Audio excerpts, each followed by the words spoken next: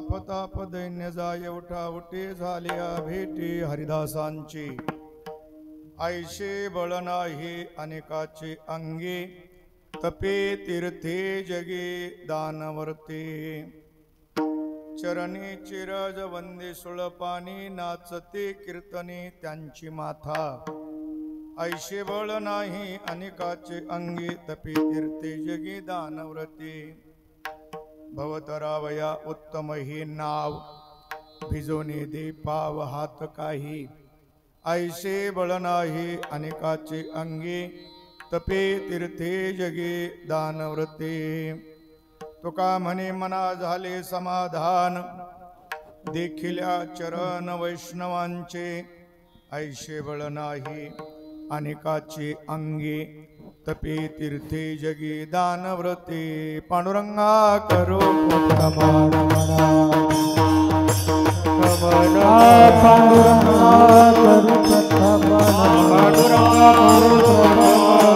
दुसरे चरण संतांच्या चरणा संतांच्या कृपादाने कथेचा विस्तार कृपादाने कथेचा विस्तार बाबाजी सद्गुरुदास तुका बाबाजी सद्गुरुदास तुका ओम नमो ज्ञानेश्वरा करुणा करा दयाळा तुमचा अनुग्रह लादलो पावन झालो चराचरी ज्यांचे केले स्मरण होय सकळ विद्यांचे अधिकरण तेचे वंदो श्रीचरण श्री गुरूंचे ते नमस्कारुणी आता वंदो रंग भूमिका कीर्तने उभी होते त्या लोका टाळ मृदंग श्रोते देखा त्या माझे नमन दंडवत मस्तक हे पायावरी वार करे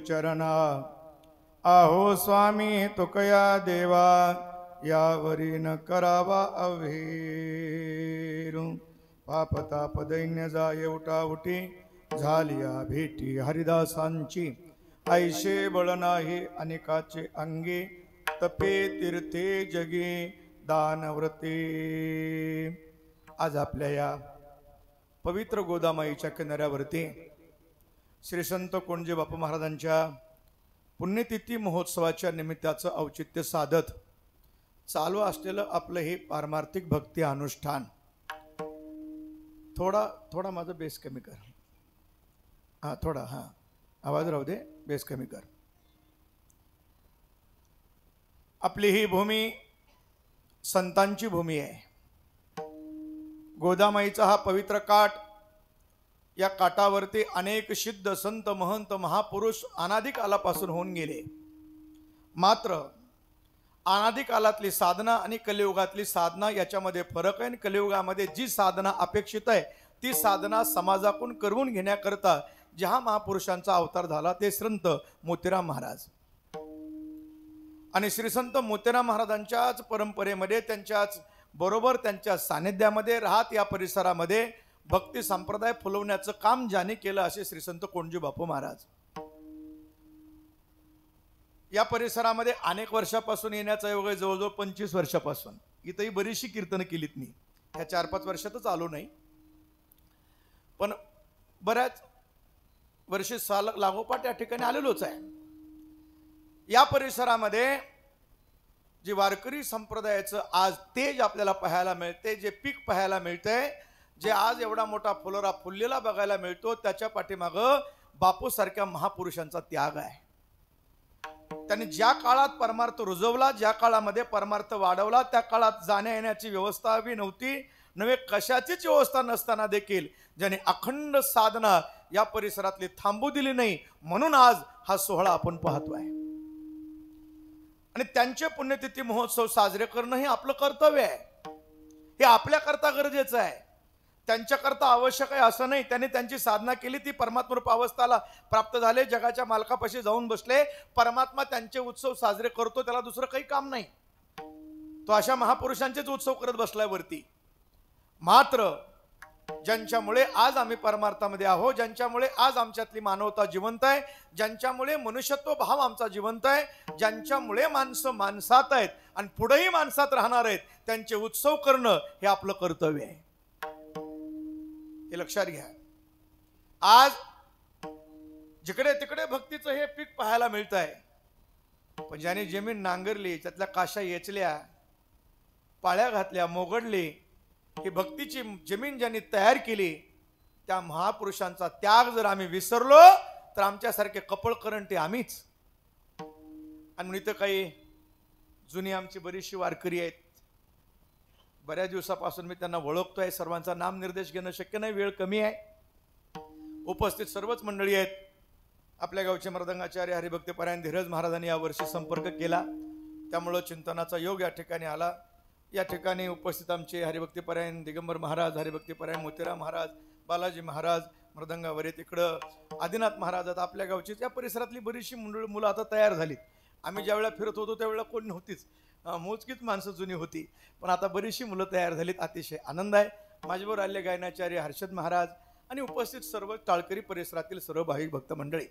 मायबाप, मानवी जीवनातली जीवन मूल्ये ज्या महापुरुषांच्या संगतीत गेल्यावर जिवंत राहतात, त्या महापुरुषांना संत असं म्हणतात. ज्याने आपल्या साधनेच्या द्वारे, ज्याने आपल्या सामर्थ्यानं समाजामध्ये शांती प्रस्थापित केलेली असते, त्यांना संत हे नाव आहे. ज्याने आपल्या अंतकरणातल्या विकाराची निवृत्ती करून समाजाच्या विकाराच्या निवृत्ती करता जे साधना रत असतात ते संत आहेत.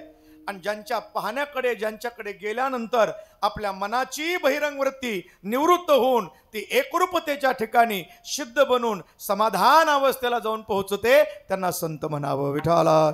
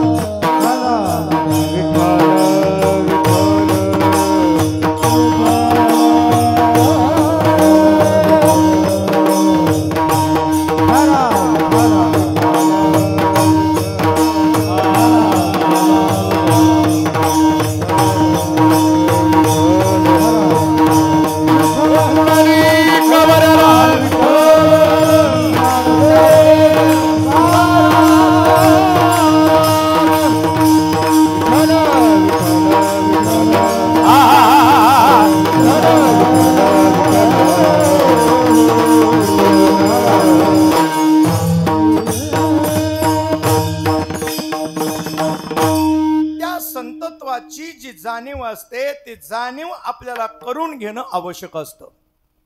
भारतभूमी ही संतांची भूमी आहे. अनेक महापुरुष या भारताच्या भूमीमध्ये जन्माला आले आणि आपल्या साधनेनं त्यांनी या भूमीचा गौरव गौरविला. आपल्या साधनेनं या भूमीचा महत्त्व त्यांनी वाढवलं. आपल्या साधनेनं या भूमीच्या ठिकाणी महत्पदाची अनुभूती प्राप्त करून दिली. आपल्या साधनेनं त्यांनी जगताच्या ठिकाणी ज्ञानाचा प्रकाश पाडून आनंदाची दिवाळी सगळ्याला अनुभवविली. अशा संत महापुरुषाची ही पवित्र भारताची भूमी आहे आणि त्या भूमीतली आपण लेकरं आहोत, त्याच्यात काही शंका घ्यायचं कारण नाही. कोणजी बापू सारखे महापुरुष या भूमीत आले, ते असताना त्यांच्या ठिकाणचं संतत्व आपल्या किती लक्षात आलं हा भाग वेगळा आहे. कारण संत महापुरुषांच्या असण्यात संतत्व कळणं हे फार मोठी गोष्ट आहे. तेवढं भाग्य आमच्याकडे नसतं. ज्ञानोबा असताना ज्ञानोबा कळले नाहीत, ज्ञानोबा गेल्यानंतर समाधीवर अभिषेक आहेत. हे लक्षात घ्या. तुकोबाराय असताना तुकोबाराय लक्षात आले नाहीत, तुकोबाराय गेल्यानंतर उत्सव आहेत. तसं आपल्यात असणारे महापुरुष आपल्याला कळतीलच असं नाही. त्यांच्या ठिकाणचं संतत्व कळण्याकरता, त्यांच्या ठिकाणची संतत्वाची जाणीव होण्याकरता आपल्याला ती अवस्था निर्माण करावी लागते. काय असतं, कामविरहित ज्यांचं जीवन आहे ते जीवन लक्षात येण्याकरता काम बाजूला सारावा लागतो. माझं वाक्य लक्षात आलं तर बघा. ज्यांच्या जीवनामध्ये कामाचा लवलेश नाही त्यांना ओळखण्याकरता आपला काम कामाचा नाही. आणि कामी जीवन जगणारी माणसं, संसारात रत असणारी माणसं प्रवृत्तीच्या ठिकाणी निवृत्त झालेल्या महापुरुषांची जाणीव करू शकत नाहीत, शक्यच नाही. आणि म्हणून ती जाणीव करण्याकरता ती अवस्था जगावी लागते. श्रीमंत श्री जगद्गुरु तुकोबार यांचा अभंग मी जो आज चिंतना करता घेतलेला आहे, त्या अभंगामध्ये जगद्गुरु तुकोबारांना हे महत्व आपल्या समोर प्रस्थापित करायचं आहे की महापुरुषांच्या सानिध्यात, महापुरुषांच्या दर्शनात काय अवस्था पाहणाऱ्याची निर्माण होते याचा विचार आहे. काय असतं, माणसं कुठल्याही कार्यात विनाकारण प्रवृत्त होत नाहीत. विनाकारण कार्यात प्रवृत्त होणारा मंद सुद्धा नाही. हा, तो वेडा असेल. एक माणूस रस्त्यानं चलतोय, चलणं थांबलेलं नाही, 10 वर्ष झाली, जायचे कुठं माहित नाही, पण चलणं ज्याचं थांबलं नाही त्याला कोण म्हणतात? त्याला काय म्हणावं? त्याला वेडा म्हणावं. त्याला जायचंय कुठं माहित नाही, चालणं त्याचं थांबलेलं नाही, जिकडे तोंड फिरेन तिकडे चलत राहतो, तो येडा आहे. हा, ज्याला जायचं माहिती आहे आणि ज्याचं चलणं थांबलेलं नाही पण आणखीन पोहोचला नाही, तो प्रवासी आहे. पण जायचंच माहित नाही, जायचंय कुठं याचं ज्ञान नाही पण चलतो आहे, तो वेडा आहे. आणि म्हणून जीवनाचं चलणं, जीवनाची साधना, जीवनाची कर्म, जीवनाचा हेतू, जीवनाचं साध्य त्या ठिकाणी गेल्यानंतर आपलं सिद्ध होतं, त्या महापुरुषांच्या भेटीमध्ये आपल्या जीवनाची अवस्था काय होते याचा विचार करायचा आहे. कारण मी काय सांगितलं, विना प्रयोजन मनोद्देश मंदोपी ना प्रवर्तते. प्रयोजनाशिवाय मंद माणसं सुद्धा कार्यात प्रवृत्त होत नाहीत. हे जर नाही कळलं तर चॉकलेट दिल्याशिवाय पोरं शाळेकडे जात नाहीत. चॉकलेट द्यावं लागतं, त्या चॉकलेट त्याला मिळतं हे कळाल्यावर मग शाळेत जाते. तसं आम्हाला काय फायदा हे कळाल्याशिवाय माणसं कार्यात प्रवृत्त होत नाहीत. म्हणून संताकडे काय यायचं हे समाजाला कळावं म्हणून तुकोबार यांचं बोलणं आहे. विठाला विठाला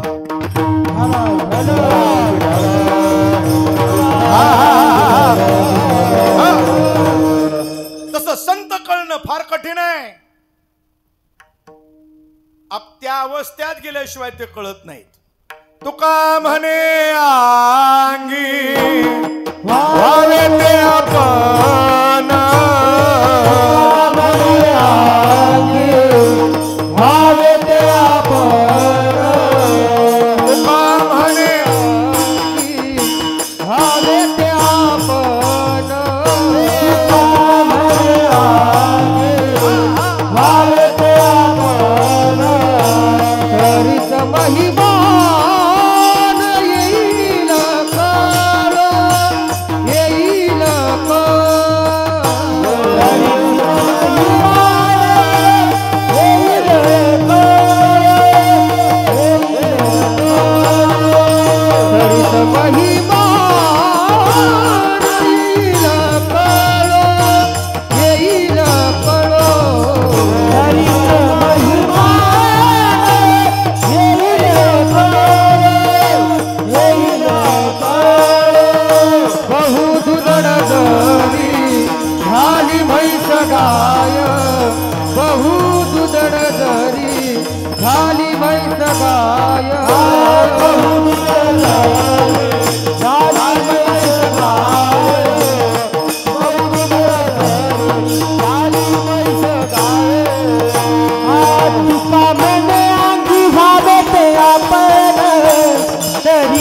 महिमान येईल कळो, कधीच महिमान येईल कळो. तुका म्हणे अंगी भावेत आपण, कधीच महिमान येईल कळो, कधीच महिमान येईल कळो. संतांचं महिमान कळलं इतकं सोपं नाही. ज्याला कळलं तो संतच आहे. माझं वाक्य लक्षात घ्या. संत असल्याशिवाय संत कळत नाहीत आणि संत होणं हे संतत्वाचं लक्षण आहे. त्याला संत व्हावं लागतं. संत नाही बरं का थ विठाला विठाला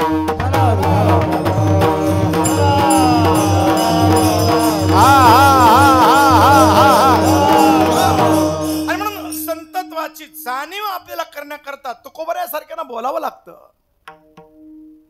बोलावं लागतं. संतांच्या तसं तर संतत्वाबद्दल शब्दात व्यक्त होता येत नसतं. त्याचं कारण असं आहे, संपूर्ण आकाशाला गवसणी घालणारं ज्यांचं जीवन असतं ते जीवन शब्दात व्यक्त होत नसतं. तुकोबऱ्याबद्दल बोलायला गेल्यानंतर मला सांगा, त्या टिवटिवीच्या चुचीनं समुद्र कधी उपसल? समुद्र सोडा, टोपल्यातलं पाणी लवकर उपसायचं नाही. आकाशाला व्याप्त तुकोबरा आहे. तुकोबरा केवढेत? अनुरेनु यथोकडा तुका का जय बडा, तुका का जय बडा, तुका का जय बडा. अनुरेनु यथोकडा तुका का जय बडा, तुका का जय बडा, तुका का जय बडा.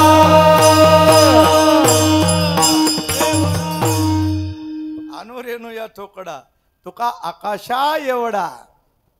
तुकोबरा आकाशाला व्याप्त जीवन तुकोबरा यांचं आहे. आणि शब्दात काय व्यक्त होतील नाही बोलता येत. पण बोलल्याशिवाय पर्याय नाही. दुसऱ्या कोणाबद्दल बोलावं, आपल्याबद्दल काय बोलावं मला सांगा बरं. आणि आपलं वर्णन करायसारखं हाय तरी काय? सकाळी उठला, दात घासले तर नाही घासले, तसाच चहा प्याला. चहा प्याला, काय आंघोळ केली, जेवण केलं, शेतात गेला आणि तिकडून आला, पुन्हा जेवण केलं, झोपला आणि सकाळी उठला. हायच काय? त्याच्यात मिसळायचं ठरलं तर पालमला जाऊन आला. दुसऱ्याच्या पेक्षा आणखीन काही नाहीच आहे. काय जीवनात आपलं वर्णन करायसारखं, बोलण्यासारखं आपल्याकडे काय आहे? पण ज्यांच्या जीवनातलं न बोलण्यासारखं काहीच नसतं ते संतत्व आहे. शब्दात नाही व्यक्त होता येत. पण ऐका, संतांच्या प्रत्येक गोष्टीचं एक वेगळं चिंतन आहे. त्यांच्या भेटीचा महिमा वेगळा, त्यांच्या दर्शनाचा महिमा वेगळा, त्यांच्या आलिंगनाचा महिमा वेगळा, त्यांच्या अंगावून आलेल्या वाऱ्याचा महिमा वेगळा, त्यांच्या पायाच्या खालच्या मातीचा महिमा वेगळा, त्यांच्या पायाच्या दर्शनाचा महिमा वेगळा, त्यांना पाहण्याच्या दर्शनाचा वेगळा, त्यांच्या भेटीच्या दर्शनाचा वेगळा. प्रत्येकाचं एक स्वतंत्र चिंतन आहे आणि त्यांच्या महिमेचा सुद्धा महिमा आहे. ऐसा संताचा महिमा आणि झाली बोलायाची शिमा बोलायची जिथं संपत येतो त्यांचा महिमा आहे. म्हणून त्यांच्यातल्या एखाद्या गुणाचं जरी आपण चिंतन आपल्याला करता आलं तरी आपलं जीवन धन्य बनल्याशिवाय राहत नाही. विठाला विठाला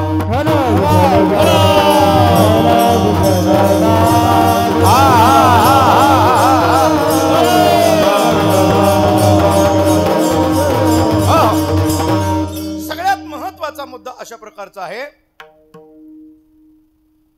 परमार्थ अनुकूल देह आहे, परमार्थ अनुकूल देश आहे, परमार्थ अनुकूल परिस्थिती आहे.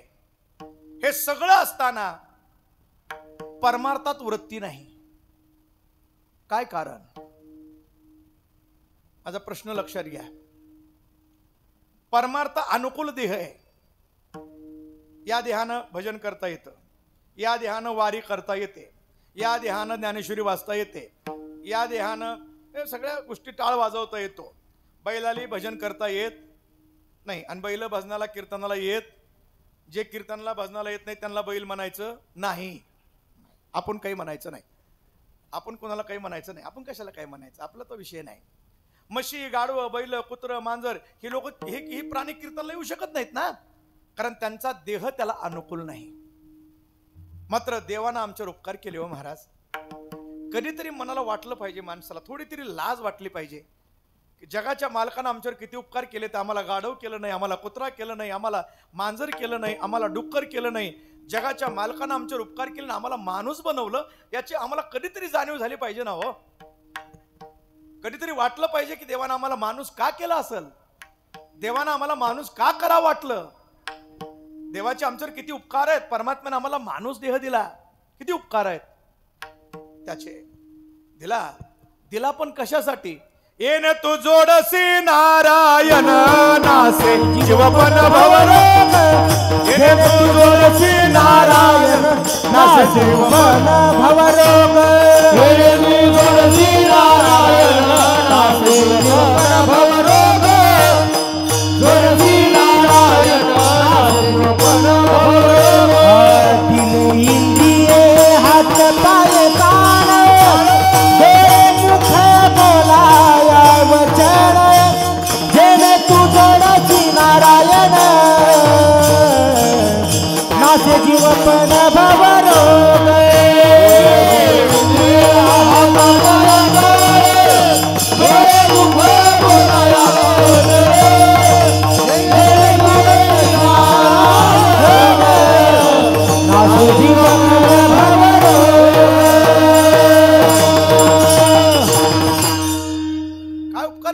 आमच्यावर हो. दिले इंद्रिय, हात, पाय, कान, नाक, डोळे, पण कशा करता. येणे तू जोडसी काय नारायण. येणे नारायण जोडसी म्हणून दिले हात, पाय, कान, डोळे, इंद्रिय. आणि जर नारायण नाही जोडसी आणि बाकीचं काही जर जोडसी तर मग जोडे. नारायण जर नाही जोडे मग जोडे. काय कळलं. विठाला विठाला.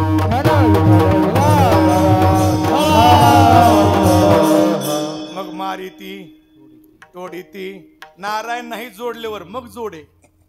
नारायण जोडे तर मग जोडे. आईशी जोडी करा. तिकडे लावून घेते, लय विस्तार करत बसत नाही. आणि म्हणून परमात्म्यानं हा देह आपल्याला परमार्थ अनुकूल दिला. अहो एखादा इंद्रिय कमी असेल तर विचारा की किती परेशानी आहे. ज्याला डोळे नाही त्या आंधळ्या माणसाला विचारा डोळ्याची काय किंमत आहे. ज्याला बोलता येत नाही त्याला विचारा शब्दाची काय किंमत आहे. ज्याला चलता येत नाही, पंढरपूरला जाता येत नाही, त्या पांगळ्या माणसाला विचारा पायाची काय किंमत आहे. कान नाही त्याला विचारा. बहिरा एखादा अवयव असेल तर किती गंमत होतो. तुम्हाला सांगतो एक गंमत चलत चलत आठवली. एका गावामध्ये एक मेंढपाळ मनुष्य कानानं बहिरा होता आणि मेंढ्या त्याच्याकडे लाखभर रुपयाच्या मेंढ्या घेऊन चारायला डोंगराच्या इकडे तिकडे भकीला जायचा. मोठं शेजारी डोंगर होते मोठमोठाले. चारायला निघाल्यानंतर त्या डोंगराच्या पायथ्याला सपाट भूमीमध्ये काही मुलं तरुण पोरं क्रिकेट खेळत होती. हे होतं बहिरं, पण ह्याला क्रिकेटचा लई नाद होता.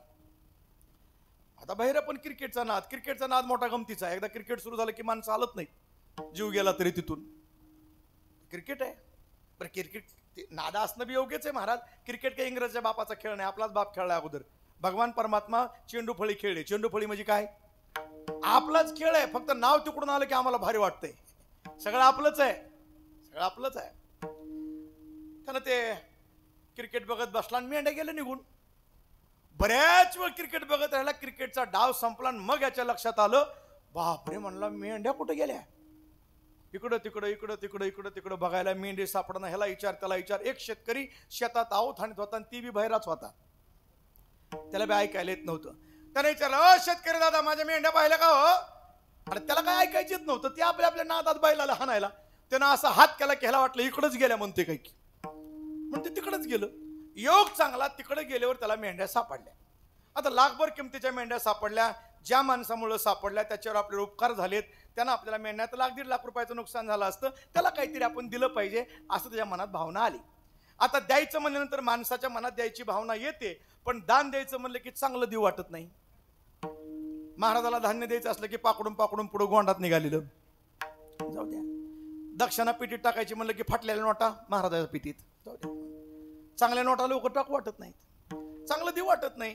त्यानं द्यायचं तर ठरवलं, पण आता काय द्यावं. मग त्याच्या लक्षात आलं त्याच्या कळपात एक लंगडी मेंढी होती, तिचा पाय मोडला होता. पाय मोडलेली मेंढी घेतली आणि त्या शेतकऱ्याकडे आला. शेतकरी दादा, तुझ्यामुळं या मेंढ्या मला सापडल्या, एक मेंढी तुला बक्षीस, असं म्हणलं हात करू करू. अरे ती होता बहिरा. त्यानं असं बघितलं खालीवरी खालीवरी. काय बोलतो म्हणला, काय संबंध आहे तुझा बोलायचा? सकाळपासून निहरी केली नाही, आऊट सोडून कुठे गेलो नाही, आणि तुझ्या मेंढीचा पाय मी कधी मोडला? हात हलू हलू बोलायला लागलाय, काय संबंध आहे म्हणला. असले लय बघितले, ती असं बोलतोय. ह्या दोघांची खुनवा खुनी काही मेळ लागा ना. दोघं गावात आली तावा तावानं. आता गावात भांडणं मिटवायची, पाटलाकडे गेली. दुर्दैवानं त्या गावचा पाटील पण होता बहिराच, आपल्या गावचा नाही. आपल्या गावचा नाही बरं का. परत मला गाडी इकडे आणायची पुन्हा. त्या गावचा पाटील दुर्दैवानं बहिरान. पाटलाचं घरी भांडण झालं तर बायको बरोबर.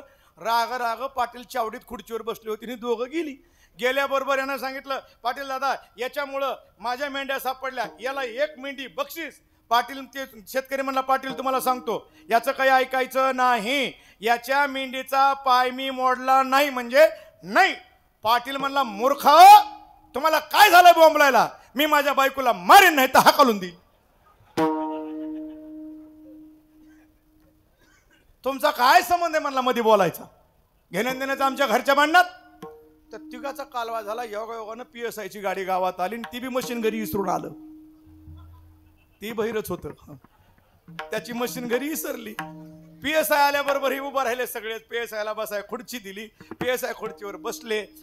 मग एकाने करणं सुरू केलं, साहेब तुम्हीच सांगा याच्यामुळं माझ्या मेंढ्या सापडल्या, याला एक मेंढी बक्षीस. साहेब ते म्हणला, साहेब याचं ऐकू नका, याच्या मेंढीचा पाय मी मोडला नाही. पाटील म्हणले, साहेब तुम्हीच सांगा, माझ्या घरच्या भांडणात ह्यांना नाक खुपसायची काय गरज आहे? मी माझ्या बायकोला मारीन, नाही तर हाकलून देईल. त्या तिघाचा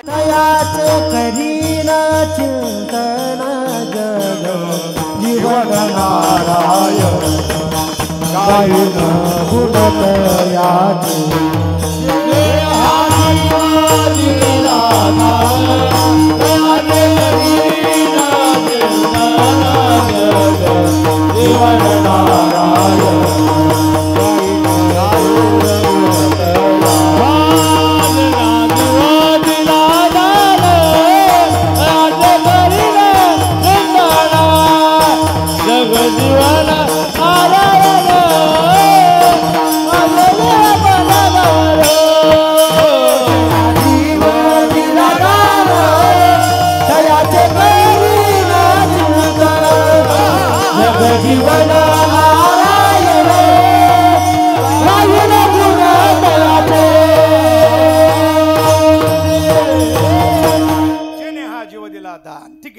महत्वाचं आहे.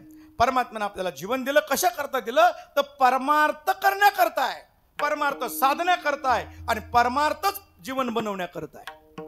परमार्थ ही साधना आहे, परमार्थ ही साध्य बी आहे. हे लक्षात घ्या. परमार्थ शब्दाचा शब्दाचे अर्थ काढला तर परम आहे, अर्थ ज्याचा असा तो परमार्थ. हे शब्दचे अर्थ आहे. पण परमपदाची प्राप्ती ज्या न होते तो परमार्थ, आणि ती जी साधना आहे त्या साधनेचं नावही परमार्थ. आणि परमार्थ अनुकूल हा देह दिला. पण माझा प्रश्न इथं असा आहे, परमार्थ अनुकूल देश आहे, परमार्थ अनुकूल साधन आहे, परमार्थ अनुकूल परिस्थिती आहे. हे सगळं असताना परमार्थामध्ये आम्ही प्रवृत्त होत नाही, याचं कारण काय? याचं कारण आहे पाप, दुसरं काही कारण नाही. कथेला बसल्यावर, कीर्तनाला बसल्यावर झोप येतेच. थोडं जर अवघड सांगायला सुरुवात केली की आता आम्हाला ते बंद करावं लागायले. वरचीवर आमच्या सारख्याच्या कीर्तनाचं लय अवघड आहे. आता झोप येतेच. काय येते? त्याचं बी कारण आहे पाप. मी माझ्या पदरचं सांगत नाही, महाराजांचं प्रमाण आहे. तो का म्हणे, नाड पाप टाके हिता आड, पाप टाके हिता आड, पाप टाके हिता आड, पाप टाके हिता आड, पाप टाके हिता आड.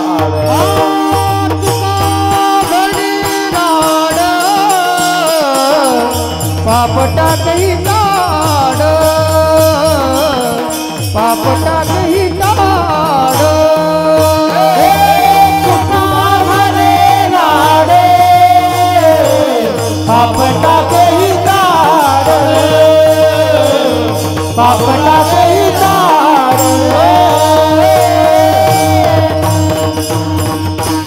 तुका म्हणे नाडन पाप टाके हिता, आपलं हित जिथंय, आपलं कल्याण जिथंय तिथं न जाऊ देणारं पाप आहे एक. आणि दुसरं प्रमाण आहे का, पळोनी गेली या झोप होते आड पाप ते.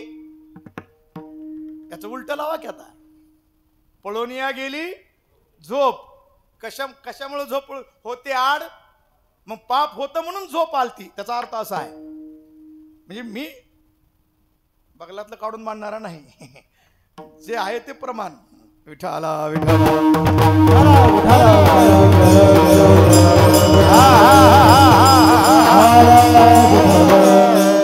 म्हणून पाप ही परमार्थाला प्रतिबंध आहे.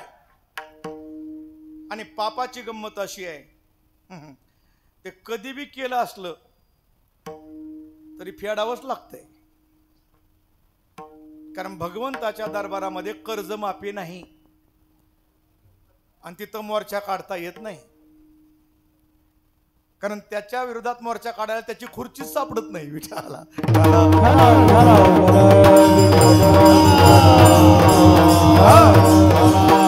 कोणी असो कधी केलं असल तरी त्याला पाप हे फेडावंच लागतं, फेडावं लागतं. याच्यात काही शंका नाही. महाराज मला सांगा, भीष्माचार्याचं काय चुकलं होतं सध्याच्या जन्मात? काय चुकलं होतं का? नाही. म्हणून कधी कधी माणसं काय म्हणतात, महाराज ते माणूस एवढा चांगला वागतोय त्याच्यात नशिबाला असं काही यावं, असं माणसं म्हणतात ना. पंढरपूरची वारी चुकवली नाही, कीर्तन चुकवलं नाही, भजन चुकवलं नाही, काकडा चुकवला नाही, पारायण चुकवलं नाही, आणि त्याच्याच नशिबाला असं काय यावं असं माणसं म्हणतात. अरे बाबा, त्याची या जन्मातली कर्म चांगली आहेत, पण महागली थकबाकी कोणी भोगायची?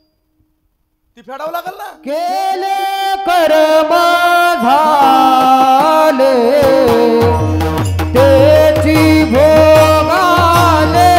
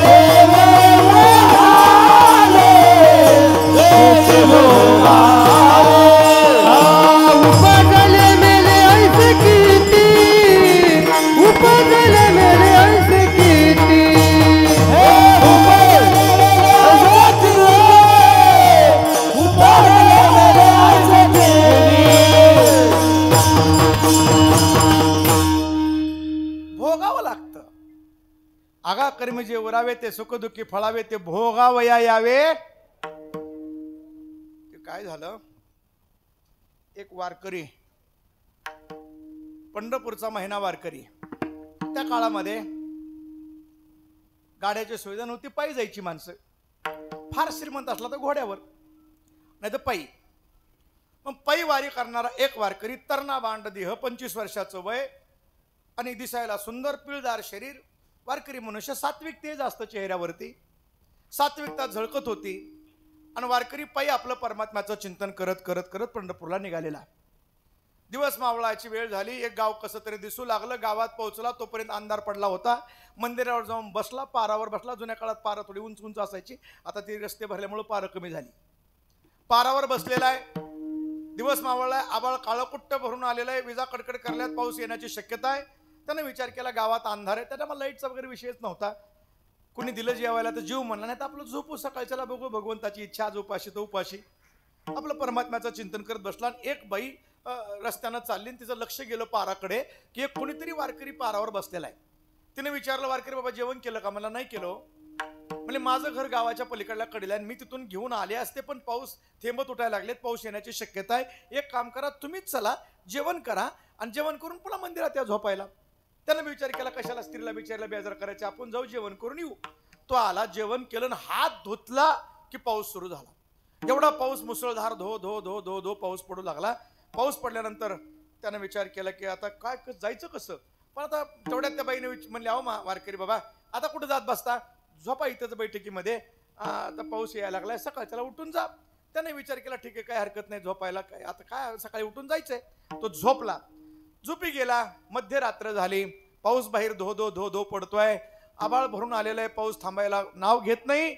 आणि तेवढ्यामध्ये त्या स्त्रीला जाग आली. तिनं बाहेर हा तरुण असणारा वारकरी तेजपुंज पाहिला आणि त्याच्या मनातली वृत्ती थोडी बदलली. ती त्याच्या जवळ आली. आल्याबरोबर स्पर्श केल्याबरोबर जाग आली. पाहिलं तर समोर स्त्री आहे, तिच्या मनात वेगळा भाव आहे. त्यानं हात जोडले, तुमच्या पाया पडतो, मी वारकरी माणूस आहे हो. तुकोबाराने ज्ञानोबाराने आम्हाला काही नियम घालून दिलेत, ते जपले पाहिजे. तो आम्ही नाही जपलं तर पुन्हा वारकऱ्याला कोण जीव घालील हो? कोणी जीव घालणार नाही. मी तुमच्या पाया पडतोय, माझ्या कोणती इच्छा करू नका. परावी या नारी रखोमाई समान आहे. आम्हाला तुकोबारांनी सांगितलंय, मी त्या नियमात चालणारा वारकरी आहे. मी तुमच्या पाया पडतो, असं करू नका हो. पण स्त्री काय ऐकायला तयार नाही. त्यानं पुन्हा पुन्हा हात जोडले, पुन्हा पुन्हा तुमच्या पाया पडतो, मी तुमच्या पाया पडतो, मी तुम्हाला वंदन करतो, लोटांगण घालतो. वारकरी धर्माला कलंक लावू देऊ नका हो. नाही काही करता आलं तर मी नेहमी सांगतोय, आपण अशा भूमी जन्माला आलेले लेकरं आहेत. नाही काही करता आलं तर वाढवू नका, पण इथली जागा घाण होऊ देऊ नका. हे आपलं कर्तव्य आहे. असं करू नका हो, मी तुमच्या पाया पडतो, असं नका करू. पण स्त्री ऐकायला तयार नाही. त्यानं सांगितलं, घरात तुमचा पती आहे ना, तो पती आहे ना घरामध्ये, त्याच्याकडे जा ना, कशाला माझ्याकडे येतात. तिच्या मनामध्ये वेगळा भाव आला आणि तिला वाटलं की पतीला आपल्या घाबरत आहे. त्या बाईनं काही विचार केला नाही. कामातोरा नामनं भयम न लज्जा. ती गेली आहे, ऊस तोडायचं कोयतं पडलं होतं, ते कोयतं घेतलं, तिचा मालक झोपला होता आणि झोपलेल्या मालकाचं तिनं नरडं तोडलं. रक्ताच्या थारोळ्यामध्ये पती पडला. तो गतप्राण झाला. परत आली, माझा पती तो का मारला म्हणे त्याला, आता तुम्ही माझा स्वीकार करा. तो घाबरला वारकरी. त्यानं साष्टांग दंडवत घातला, तुमच्या पाय धरतो मी, पण मला हे काम करायला लावू नका. केवढं मोठं पाप केलं तुम्ही, तुमच्या मालकाला मारलं. अजिबात नाही, मी हे करणार नाही. तुम्ही मला मारलं तरी चालेल, त्याला मारण्यापेक्षा मला मारा हो. पण आता स्त्रीनं हातबल झाली. एक तर मालकही मेला आणि हा बी स्वीकार करत नाही. मग तिच्या मनातले अनेक गुण असतात स्त्रियांच्या ठिकाणी, ते सगळे सांगत नाही. आणि मग तिचा तो गुण जागा झाला आणि तिनं मोठ्यानं रडायला सुरुवात केली. रडायल्याबरोबर गावातली माणसं पळत आली, धावत आली. बघितली तर रक्ताच्या थारोळ्यामध्ये पती पडलेला आहे. कोणीतरी हा तरुण या ठिकाणी उभा वारकरी म्हणून घेतोय. तिनं सांगितलं, हे वारकरी पारावर बसला होता, अंधार पडला होता, याला जीव घालावं म्हणून मी घरी आणलं, पाऊस यायला म्हणून इथंच झोपला आणि यानं माझ्या मालकाला मारलंय आणि मला वेगळ्या भावनेनं स्पर्श करत होता. असं म्हणल्यानंतर खरं सांगा, त्या गावच्या लोकांनी त्याला सोडलं असेल का? त्यानं किती जरी ओरडला तरी कुणाचं खरं वाटेल? त्याचं खरं वाटणार नाही ना. किती बोंबलू द्या त्यांना, किती बोंबलू द्या, त्याचं खरं वाटणारच नाही. त्यानं ठरवलं, आता बोलून उपयोग नाही. आता मी किती जरी बोंबललो तरी माझं कोणी खरं मानणार, माझ्यावर कोणी विश्वास ठेवणार नाही. काय व्हायचं ते होईल, भगवंताची इच्छा. त्याच्या इच्छेशिवाय काय होतंय, त्याची इच्छा असेल म्हणून तो शांत राहिला. मारायला सुरुवात केली. काही 4 जण म्हणले, मारू नका रे म्हणे, एक काम करा, याचे हात तोडा, म्हणजे पुन्हा कोणी असं धजणार नाही. हात तोडले आणि हाकालून दिलं. गावाच्या बाहेर लागला, लांब वर गेला, निर्जन वन लागलं. मागं पुढं कुणी नाही असं बघितलं आणि मग पांडुरंगाला हाक मारली. का रे विठ्ठला, काय माझा गुन्हा होता रे सांग. मी वारकरी धर्म पालन केला म्हणूनच ना रे. मी जर स्त्रीचं ऐकलं असतं तर मला ही पाळी आली असती का रे. का माझे हात तुटले. काय तुझं काय हे तुझा कारभार आहे का. तुझा कारभार कसा झालाय. धुंद झाला तुझा दरबार, धुंद झाला तुझा दरबार, धुंद झाला तुझा दरबार, धुंद झाला तुझा दरबार. पुण्यवंत पाताळ लोकी नेला, पुण्यवंत पाताळ लोकी नेला. तरी तिने भाग्यवंत केला,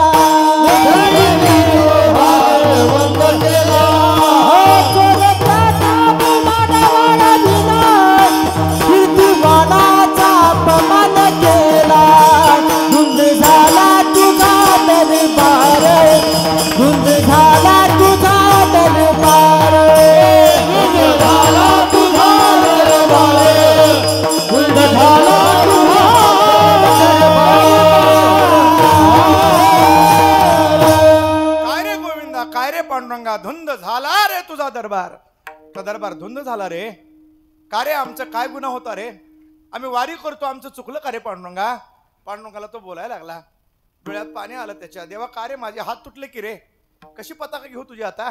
तुझी पताका घेतली म्हणूनच हे माझ्या नशिबाला आलं ना. भगवान परमात्मा प्रगट झाले त्याच्या हृदयातला भाव बघून. त्याचा अधिकार होता. प्रगट झाले. पांडुरंगाला बघितलं. काय रे देवा हेच का तुझा न्याय रे. हा न्याय तुझा. भगवान म्हणे तुझं म्हणणं अगदी बरोबर आहे.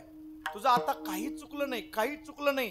तू योग्यच वागलाच. असंच वागलं पाहिजे याच्यात काही शंका नाही. मग माझे हात का तुटले. म्हणजे मागं बघ ना जरा. पाठीमागं काय. मागल्या जन्मात जा तुला दृष्टी देतो मी. मागल्या जन्मामध्ये हा एका चौकात उभा होता. त्याच्यासमोर एक गाय चालली होती. ती गाय खटकाला चकवा देऊन निघून गेली. मागून खटिक आला नंगी तलवार घेऊन.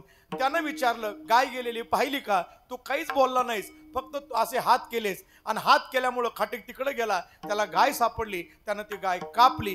ती गाय आता ती स्त्री झाली. तिचा तो कापणारा जो खटिक आहे तो तिचा पती झाला. आणि तू हात दाखवणार आहेस म्हणून तुझे हात तुटले आणि तिच्या पतीला कापण्यात आलं. हे मागाला हिस्सा बरोबर आहे.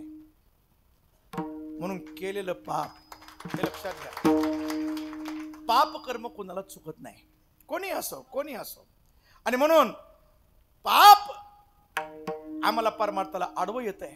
प्रतिबंध येत आहे. आणि पापामुळे आमची परमार्थाची वृत्ती निवृत्त होते. हे पाप जर घालवायचं असेल, त्या पापाची निवृत्ती करायची असेल तर तुकोबऱ्या म्हणाले एक पर्याय आहे. हे पाप जाईल. कधी जाईल. झालिया भेटी हरिदासाची, झालिया भेटी हरिदासाची, झालिया भेटी हरिदासाची, झालिया भेटी. पाप ताप धन्य जाय मोठा मोठी. पाप ताप धन्य जाय मोठा मोठी. पाप ताप जाय मोठा मोठी.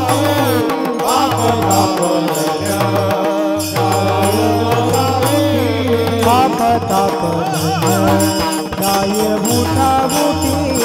पाप ताप जाय मोठा मोठी. पाप ताप जाय मोठा मोठी.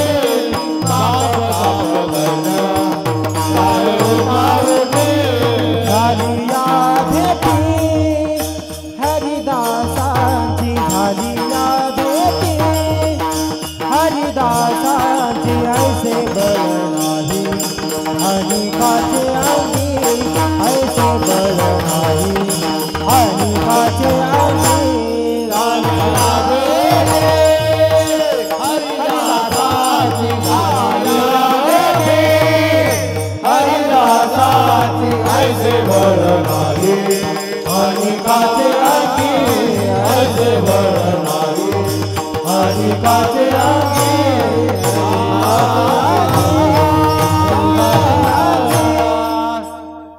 तुकोबऱ्या म्हणाले पाप घालवायची एक जागा मला माहिती आहे. एक ठिकाण मला माहिती आहे. म्हणजे कुठं गेल्यावर झाली या भेटी. हरिदासांची जर भेट झाली, आता लय गंमत आहे. गंमत अशी आहे, हरिदासाची भेट झाल्यावर पाप जाईल, पण हरिदासाची भेट होणं काही सोपं वाटलं काय? आमच्यासारखे आदू भेटतील, पण साधू भेटणं अवघड आहे. ऐसे कैसे आने भेटते ते साधू. साधू भेटणं इतकं सोपं वाटलं. पाप जाईल. भेटी झाल्यावर फायदा मोठा आहे, पण बहु अवघड. जाऊ दे, आता ते चिंतन आपल्याला करायचं नाही. मुद्दा एवढा आहे, हरिदासाची भेट झाल्याबरोबर पापाची निवृत्ती होते. पापाची निवृत्ती होते. पाप तर जाईलच जाईल, पण आणखीन एक मुद्दा आहे. परमार्थ करण्याचं बळ आमच्यात नाही, कारण आम्ही दुर्बळ आहेत. परमार्थ कुणाचं बी काम नाही. गबाळ्या माणसाचं काम नाही. परमार्थ तर नव्हे, लेकोराच्या गोष्टी. भक्ती ते कठीण, निवड येतो बळी. त्याला बळवान लागतोय. इथं येऱ्या गबाळाचं काम नाही, त्याला निर्बलाचं काम नाही. दुसरा शब्द माझ्या तोंडात आलता, पण मी म्हणला नाही. नको, आता मीडियालाही अवघड झालंय खेळ. दचा मा होऊन बसतोय पुन्हा. आणि म्हणून त्याला बळ लागतं, त्याला ताकद लागते, त्याला सामर्थ्य लागतं. कोणाचंही काम नाही. मग परमार्थ न होऊ देण्याची दुर्बलता आहे. दैन्य शब्दाचा अर्थ गरिबी नाही. दैन्य शब्दाचा अर्थ दरिद्री बी नाही. आमच्या नजरेतला दिन दुबळा वेगळा. आम्ही म्हणतो बिचाराला खायला काही नाही, हो बिचारा दिन दुबळा आहे, त्याला काहीतरी मदत करा. ते दिन दुबळा नाही. आपल्या नजरेतला गरीब वेगळा, श्रीमंत वेगळा. संतांच्या नजरेतला गरीब वेगळा, दरिद्री वेगळा.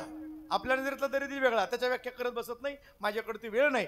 मला फक्त मुद्दा एवढा मांडायचा आहे की परमार्थाला आमचं तोंड जर भजन करत नाही तर आम्ही दीन आहेत. आमचे कान परमात्म्याचे गुण ऐकत नाहीत, आम्ही दुबळे. आमचे पाय पंढरपुराकडे जात नाहीत, आम्ही दुबळे. आमच्याकडे दैन्य आहे. परमार्थ करण्याचं सामर्थ्य नाही, ती दीनता आहे. आणि परमार्थाला आडवं येणारं पाप आहे. आणि या सगळ्याची निवृत्ती ही संतांच्या भेटीत आहे. झाले पापा तापा तुटे, झाली पापा तापा तुटे, झाली पापा तापा तुटे, झाली पापा तापा तुटे, झाली पापा तापा तुटे, झाली पापा तापा तुटे, झाली पापा तापा तुटे, झाली पापा तापा तुटे. दैन गेले उठा उठी, दैन गेले उठा उठी, झाली पापा तापा तुटे, झाली पापा तापा तुटे. दैन गेले उठा उठी, दैन गेले उठा उठी, झाली पापा तापा तुटे, झाली पापा तापा तुटे, झाली पापा तापा तुटी. दैन गेले उठा उठी, दैन गेले उठा उठी, झाली पापा तापा तुटे, दैन गेले उठा उठी, दैन गेले उठा उठी.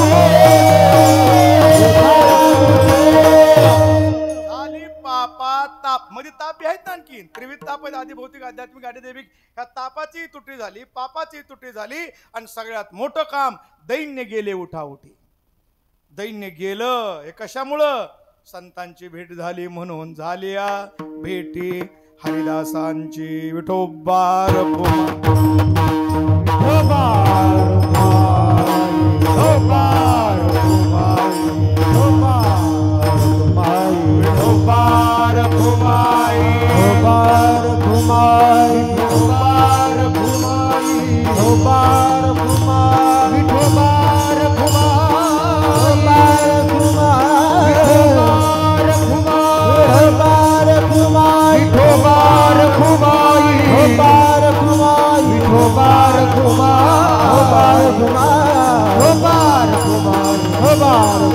विठोबार घुमा विठोबार घुमा विठोबार घुमा विठोबार घुमा विठोबार घुमा विठोबार घुमा विठोबार घुमा विठोबार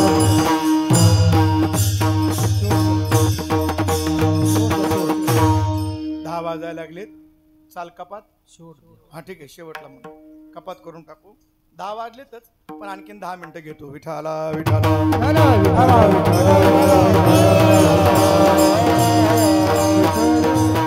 पाप ताप आणि दैन्य या 3 गोष्टी संतांची भेट झाल्याबरोबर जातात. कारण संताकडे सामर्थ्य पाप घालवायचं, संताकडे शक्ती आहे ताप घालवायची, संताकडे अतिशय सिद्धपणा आहे आपलं दैन्य निवृत्त करायचं. हे संताकडे सामर्थ्य आहे. महाराज तुम्ही अगोदरच सांगून टाकलं संतांना भेटल्यावर पाप जाईल खरंय, पण संत भेटणं अवघड आहे. मग त्याच्यापेक्षा आम्ही दुसरीकडे जाऊन पाप घालवायला म्हणजे कुठं जातात? गंगेला जाऊ. गंगेमध्ये आंघोळ केली की पाप जाईल. शुचित्व शुची गंगे आहे आणि पाप तापही जाय परी ते आहे बुडणे एक. पाप घालवायची ताकद गंगेमध्ये आहे पण बुडावं लागतंय. बुडणं काही सोपं आहे? गंगोत्रीला बुडायचं काही चालेल, एक तांब्या बी घेऊ शकत नाही अंगावर आणि एकदा बुडला की मग बुडलाच. पुन्हा काय नाही, पुन्हा सगळा विधी करूनच यायचं माघारी. एवढं थंडी तिथं असते, बुडणं शक्य नाही शेंडी सहित. पाप गेलं तर जीव जाण्याची शक्यता आहे. परंतु बघा हिमवंतु दोष खाय परी जीवित्व हानी होय. ज्ञानोबरांनी सगळ्या ओव्या लिहिल्या. हिमालय दोष खाईल, गंगा पाप घालील पण जीव जाईल ना. पण तैसे संताकडे तसं नाही. संताचे नि अंग लगे पापाते जिनने न लगे. संताकडे आल्यानंतर बुडायची गरज नाही ना, जीव जाणार नाही ना, काही नाही. फक्त भेट झाली की पाप निघून. आणखीन एक मुद्दा आहे, गंगेमध्ये पाप घालवायची ताकद आहे पण पाप वृत्ती घालवायची ताकद नाही. पाप घालवील पण पाप वृत्ती नाही. एक माणूस काशीला गेला, गंगेत आंघोळ केली, जात नव्हता पण बऱ्याच जणांनी.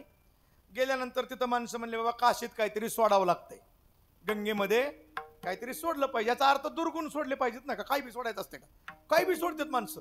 माझी भागवत कथा होती काशीमध्ये आणि मी आंघोळ गेलो तर बाया तिथं पूजा करून काहीतरी सोडित होत्या गंगेमध्ये. मी बघितलं काय सोडायला असतं म्हणून जरा जवळ जाऊन बघितलं तर बायांनी आपल्या शेतातल्या काशा नेल्या इचून. ही खरी गोष्ट आहे, गोष्टीतलं नाही, ही खरी घटना आहे. काशा एवढ्या एवढ्या काशा मस्त बांधून नेल्या आणि त्याला हळदी कुंकू तांदूळ आणि त्या सोडायल्यात गंगेत. म्हणलं होऊ दे इकडल्या रानाने काशा सगळ्या. काशा सोडायच्या कुठं?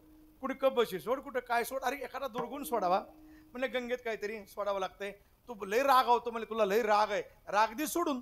ते म्हणलं ठीक आहे तुमचं म्हणणं. सोडला, संकल्प कर, केला संकल्प. गावाकडे आल्यानंतर मग गावातली माणसं अरे काय कमाल आहे, 15 दिवस जरा दिसला नाहीस, कुठे गेलता? काशीला गेलतो. म्हणलं काशीला गेलता, बरं झालं बाबा. काय सोडलं मग? मला राग सोडला. चांगली गोष्ट आहे. पुन्हा पुढे गेले की 4-2 भेटले, कुठे गेलतात? 15 दिवस दिसलाच नाहीत. काशीला गेलतो. काशीला काहीतरी सोडावं लागतं, राग सोडला की बरं ठीक आहे. पुन्हा पुढे गेले, पुन्हा 4-2 भेटले, कुठे गेलतो? 15 दिवस दिसलाच नाहीत. काशीला गेलतो. काशीला काय बघायला माझ्याकडे? काय सोड? राग सोडला काय नाही. पाप वृत्ती घालवायची ताकद तीर्थामध्ये. मनसंकल्पाची पापे न जाती तीर्थाचे नि बापे. आणखीन एक आहे, ती पाप तिथं तीर्थात जात नाहीत, ते ती घालवण्याकरता संताकडे यावं लागतं.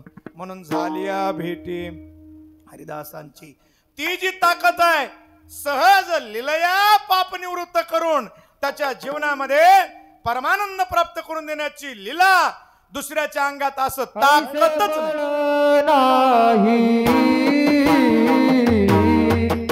ऐसे बळ नाही अनिकाचे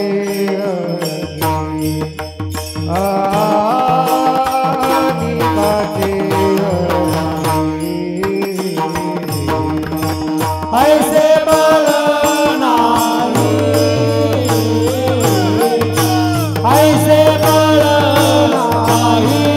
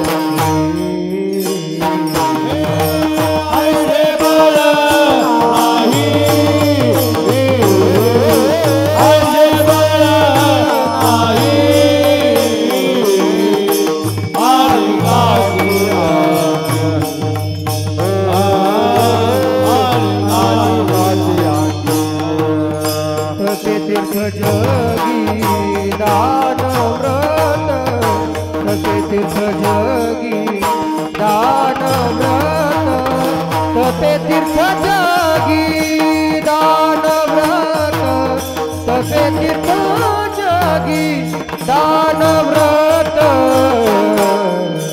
ऐसे बळ नाही ऐसे बळ नाही अधिकाचे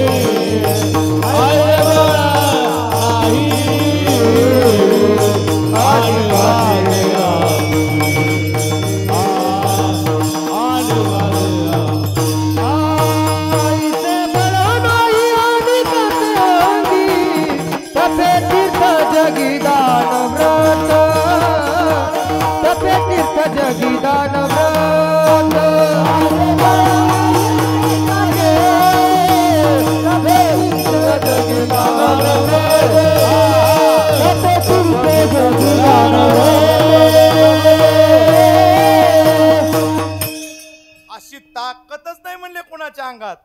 कुणाकुणाच्या तप, तीर्थ, व्रत आणि दान हे चारच आहेत ना. तप आहे, तीर्थ आहे, दान आहे आणि व्रत आहे. या चारीच्या ठिकाणी सुद्धा एवढी ताकद नाही. तपाच्या ठिकाणी सुद्धा आता तसं तर तपश्चर्या करणं आता कलियुगात काय लय सोपं वाटलं का तुम्हाला? इथं कीर्तनात 2 तास बसता येईना तर एका पायावर का उभा राहायची माणसं. कसं शक्य? तपश्चर्या शक्य नाही. पुन्हा दान.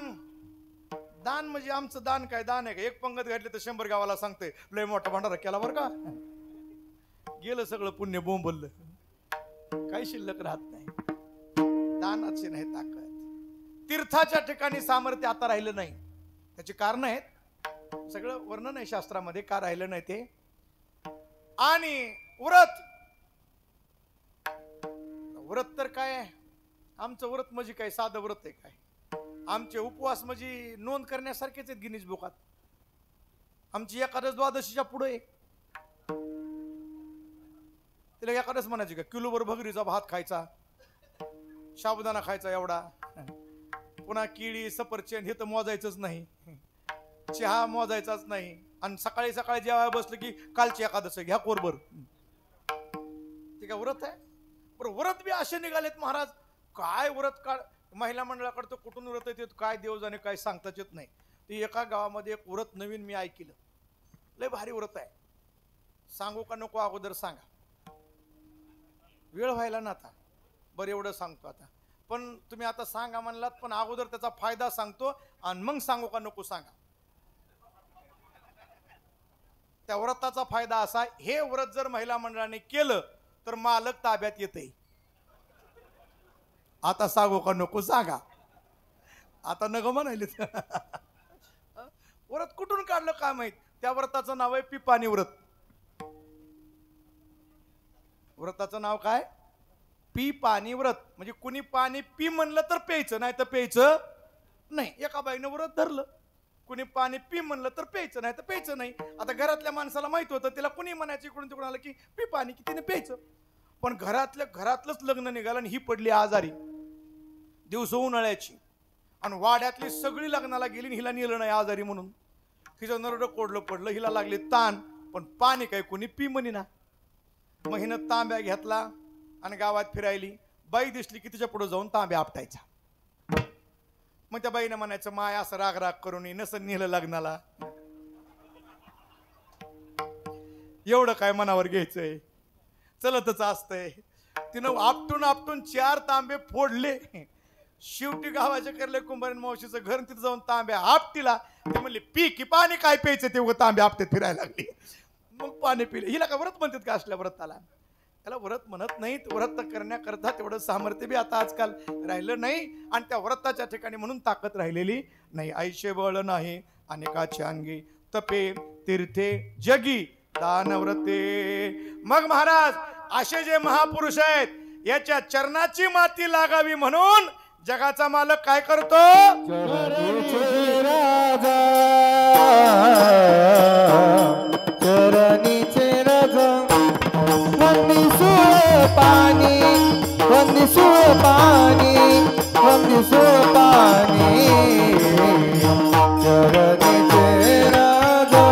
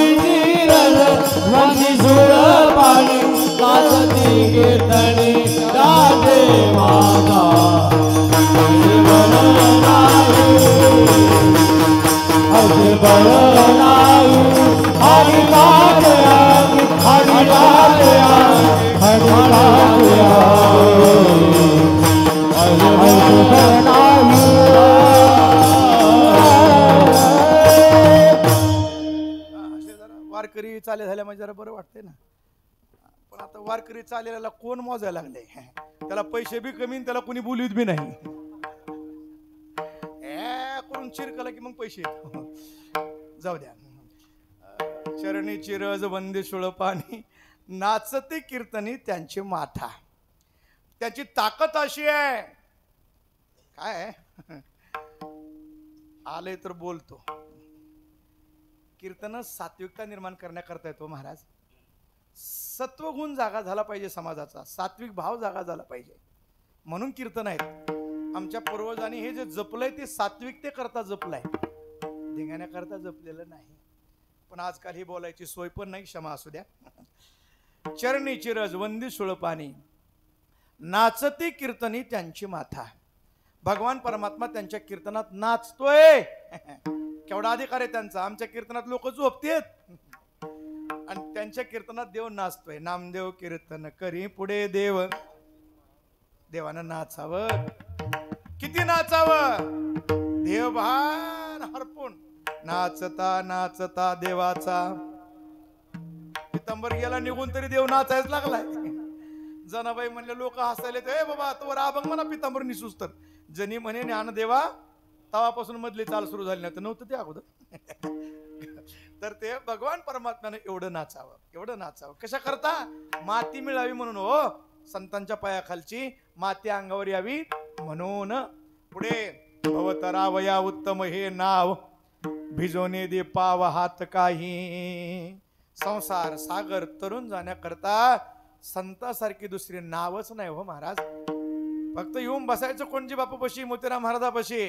ते इतकी नाव मजबूत आहे, आपल्याला सहज संसारातून तरुण नेतात, सहज. कारण त्यांच्यासारखी उत्तम नाव दुसरी नाही. भवतरावया उत्तम हे नाव, भिजवून दे पाव हात, काही होऊ देत नाहीत आपल्याला, अजिबात पाणी लागू देत नाहीत, नख सुद्धा भिज देत नाहीत, एवढी आपली काळजी घेतात. आणि असे जे संत आहेत, सगळ्यात महत्वाचा गुण आहे, सगळ्यात कठीण जर काय असेल तर मनाला समाधान देणं. काही मिळू द्या मन समाधान होत, आणि किती मिळू द्या मन समाधान होत नाही. मात्र त्या मनाला समाधान कुठं आहे? तुका म्हणे मला झाले समाधान, तुका म्हणे मला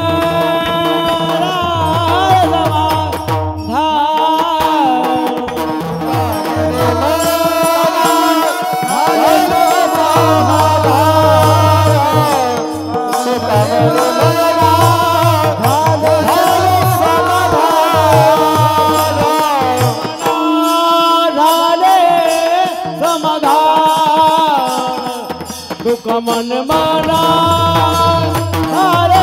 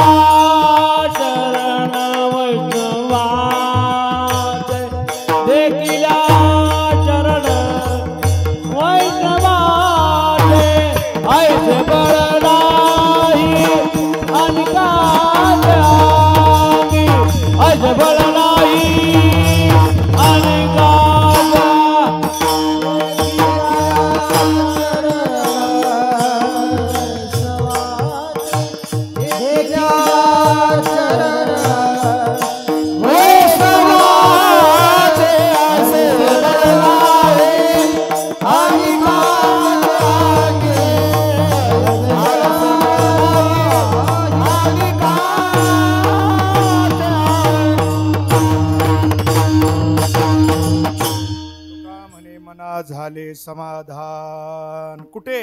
देखिल्या चरण वैष्णवांचे. त्या चरणात ती ताकद आहे मनाला समाधान देण्याची, त्या चरणात ते सामर्थ्य आहे. मग कोण्या वैष्णवांचे? ज्यांच्या भेटीत पापाची निवृत्ती होती अशा वैष्णवांचे. पाप ताप दैन्य जाय उठाउटी झाल्या भेटी. इथे गंमत बघा, पाप ताप दैन्य जाय आयशे बळ नाही अनेकाचे अंगे. चरणीची रज वंदी सुळपाणी नाचती कीर्तनी ज्यांची माता आयशे बळ नाही अनेकाचे अंगी. भवतरावया उत्तम हे नाव, हे भवनदी तरुण नेण्यासारखं दुसऱ्याकडे कुणाकडेच असं सामर्थ्य नाही. आयशे बळ नाही अनेकाचे अंगे. तुका म्हणे मना झाले समाधान, देखिल्या चरण. चरण पाहिल्याबरोबर मनाला समाधान देणारं बळ दुसऱ्याकडे नाही. आयशे बळ नाही अनेकाचे अंगी. ज्ञानेश्वर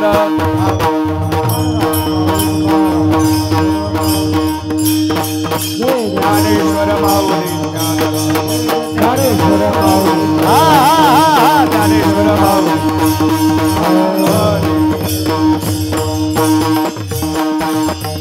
हातवरी करा सगळे, टाईट हाबरीच्या कणसासारखे. टाळी म्हणजे टाळी वाजली पाहिजे. तुकाराम तुकाराम तुकाराम तुकाराम. टाळी टाळी टाळी, बोला बोला. तुकाराम तुकाराम तुकाराम तुकाराम. टाळी टाळी. तुकाराम तुकाराम तुकाराम तुकाराम तुकाराम तुकाराम तुकाराम तुकाराम तुकाराम तुकाराम तुकाराम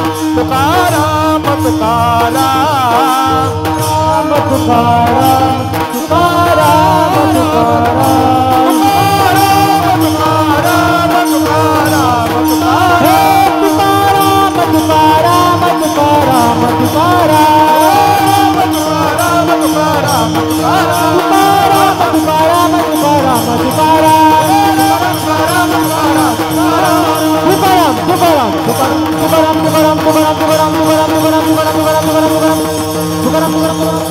टाळी.